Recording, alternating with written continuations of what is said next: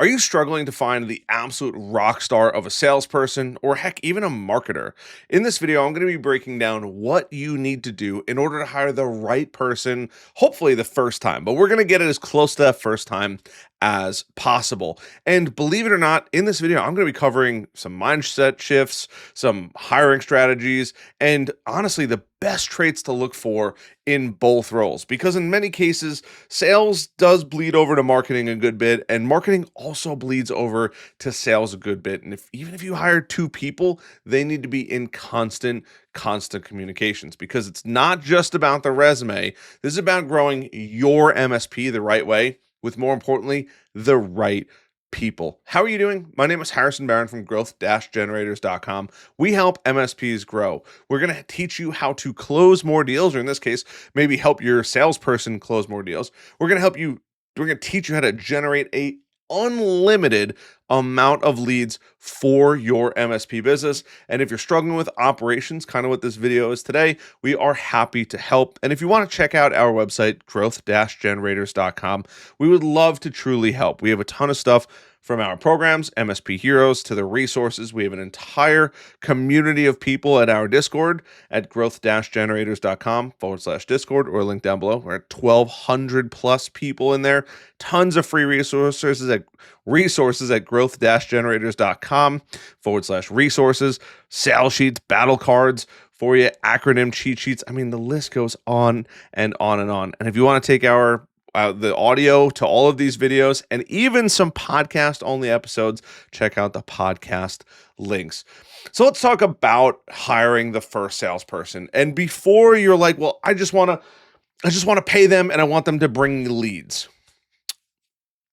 Hold your horses. All right, we gotta take one large step back, right? We have to shift our mindset before hiring somebody. And truth be told, I just recently went through this hiring my own employees myself, and it's challenging, right? From a business owner experience or standpoint, it's a total experience shift. You've probably never had to do something like this in the past, and that's part of why you're probably watching this video, truthfully. But I want you to get it right, because weirdly, I've had a lot of experience with putting people in the right spot. It's actually one of the things that we do offer here at Growth Generators is you can have us come out to your MSP and figure out a problem that you're having. Most of the time it's with operations, and many times with sales and marketing as well.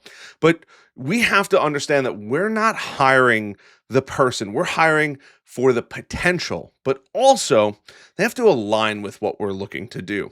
You can't just have the potential without aligning, right? They might look like a rock star, but if they don't align with the business, it's probably useless right off the bat, right?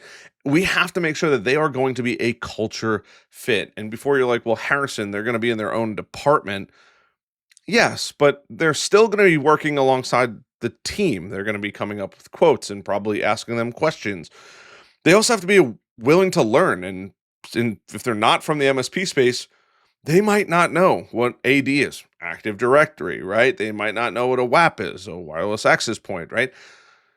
They might have great credentials in their old sales job, but they have to be willing to learn the basics of what we do, why it's important to separate networks, what are the rules for HIPAA compliance, right?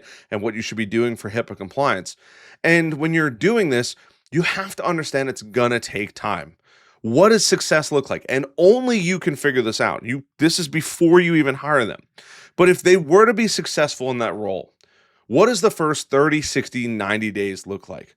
What are the steps along that process to say, okay, they're doing a great job, or maybe we need to cycle somebody else in, right? And what you decide to put in there, please take a pen, right, and write it down, because you don't want to have a time where you don't remember what it is. You need to make sure that you have this down.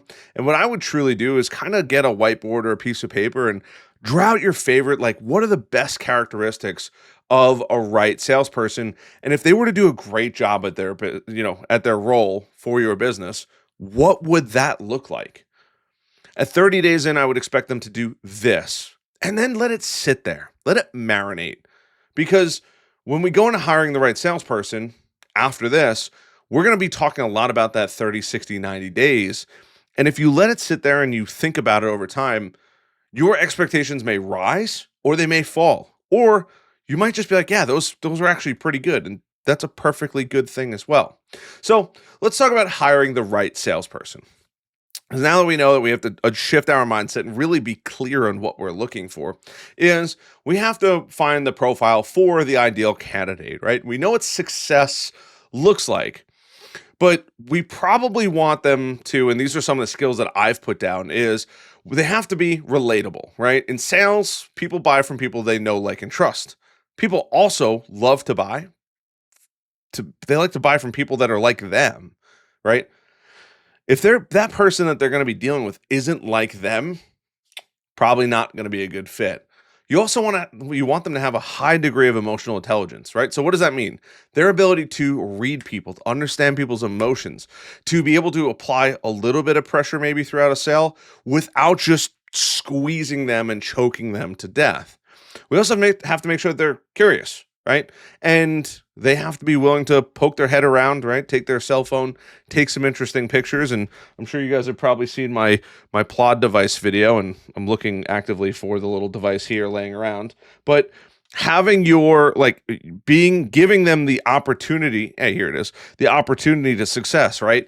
You have to make sure that they're going to record everything. Now you can give them that option, right? And hey, why would they want to do that? And see if they're asking questions.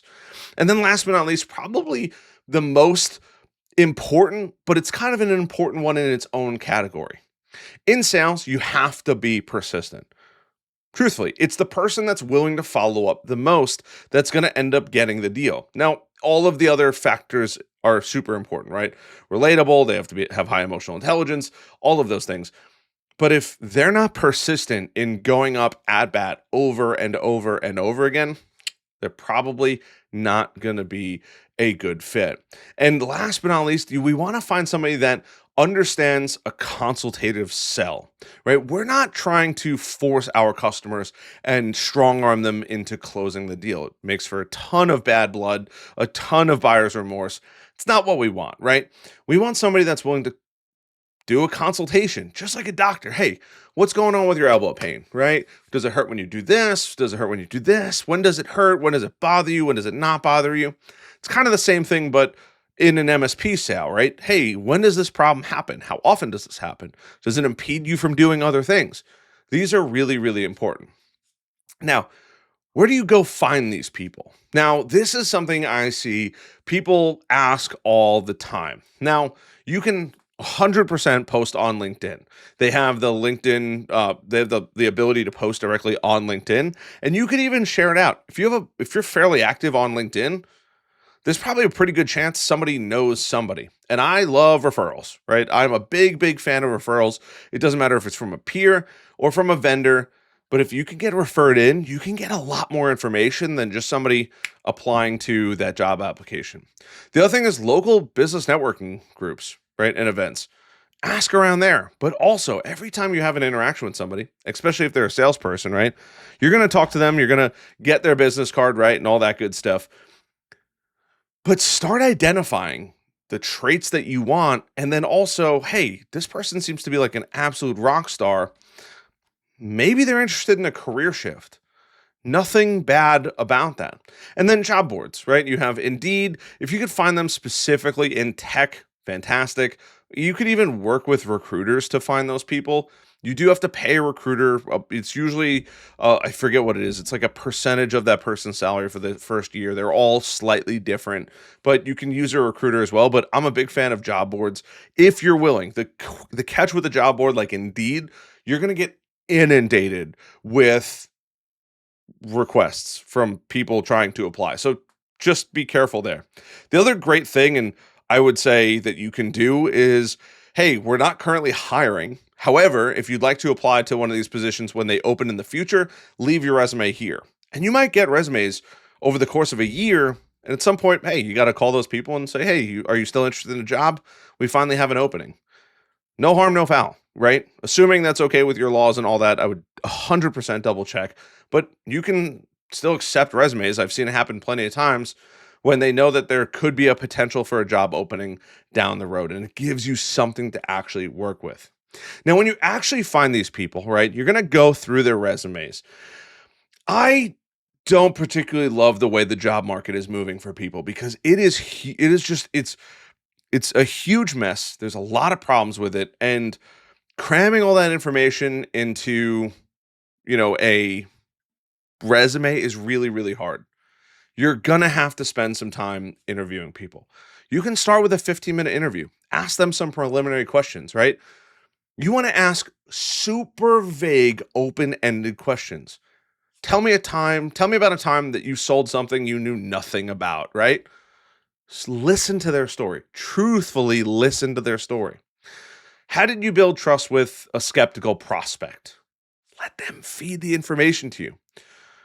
If you were to get hired tomorrow based on the limited knowledge that you have about the business, what strategy would you use to build a pipeline and hit your monthly quota in the first 90 days? They should be doing some kind of homework. This should not be like, I don't even know what your business does. They should have done some kind of homework. And you could realistically get through 3 to 5 questions in about 15 minutes. And if it passes the sniff test, hey, we're going to reach out to you in a day or two. We'd like to schedule another interview with you. It'll be much, much, much more in depth than this one. And you can start weeding people out. Yes. Is that 15 minutes out of your day? Yes. Are you going to spend tens of thousands, if not hundreds of thousands of dollars on this employee? Yes. Try not to get it wrong. Invest the time upfront hiring the right person and make sure they pass the sniff test. Does everything smell good? Like, is it okay? Right? You can do a lot of these too over the phone or over Zoom as well. You don't have to do them all in person. The second or third interview can absolutely be done in person. Number 4, when you're hiring somebody, red flags. We got to look out for them. My absolute number one most important red flag that you should absolutely watch: did they close the deals with discounts? I don't discount. I just don't. It's how I roll. Never have, never will. I don't like discounting. If I have to discount, I'm taking something away, and I don't even discount in my own business anymore. I don't recommend you ever discounting because it immediately allows the customer to know that they can get a discount at some point down the road. The second red flag: are they talking more than listening? Now, this is a little bit of a hard one in the beginning, but they're a salesperson. They should be intently listening, not cutting you off, right? And hopefully they're telling thorough and complete stories when you're asking questions. Now, yes, there's going to be the pressure of an interview and all that kind of stuff. There might be a little bit of grace there, but you have to be, what is their body language like? Are they arms crossed? Are they animated with their hands? Do they look like somebody people would want to be around if they don't have a blurred background? What does the background look like, right? Is he a tech person? Does he have a bunch of cables laying around? What does it actually look like? And do they understand the business model? You can ask something that'll expose that, right? The recurring revenue, the business model, right? They have to be able to know something that would allow you to say, hey, this is potentially a good candidate or a bad candidate. So let's talk about hiring a marketing person. Now, this could be a little bit different, right? We want to kind of come over through the same process. Actually, you know what? We're going to make this another day about hiring a great marketing person. But in many cases, a little spoiler for you. If you hit that like button, subscribe button, notification bell, I'll give you a little spoiler, right? We need to change almost opposite of what we see in sales. We need for marketing. We need analytical and creative. We need comfortable and proof that they've actually done these things because it's very, very important. They are asking great interview questions or they're giving you really, really good information in the actual interview itself. But the reason why I was going to put them both together is because sales and marketing go very much hand in hand. They work very closely together. If a salesperson's struggling, they might need ammunition to keep the sale moving forward or to get clients interested. And that's where marketing comes in. And marketing's job is to deliver those leads to sales so sales can actually close them. And they're going to be working, like I said, hand in hand. They're going to share tools like your CRM. In this case, as you probably are like, he's going to mention go high level. And you would be right because it's the best. And it also comes with MSP heroes. But if you want Go High Level, click it down below, right? But they're both going to be using it. They're going to be using the analytics in there. And If you do have a salesperson, have them also interview the marketer. And if you have a marketer, have them interview the salesperson. It doesn't hurt. I promise you, because that marketer is going to ask specific questions about, like, hey, what if I was to give you this kind of, lead or anything like that? And the salesperson can say, how would you generate me leads to close more deals? They very much can go hand in hand. I'll talk about hiring a marketer in the future, but we want to make sure that we give them a 30, a 60, a 90-day plan. We give them the opportunity to succeed. You want to hire it early, but you don't want to hire it too early. And one of my favorite things to tell people, especially the people in Heroes, is you have to make sure that you can do a sale. You don't have to be an expert in it, right?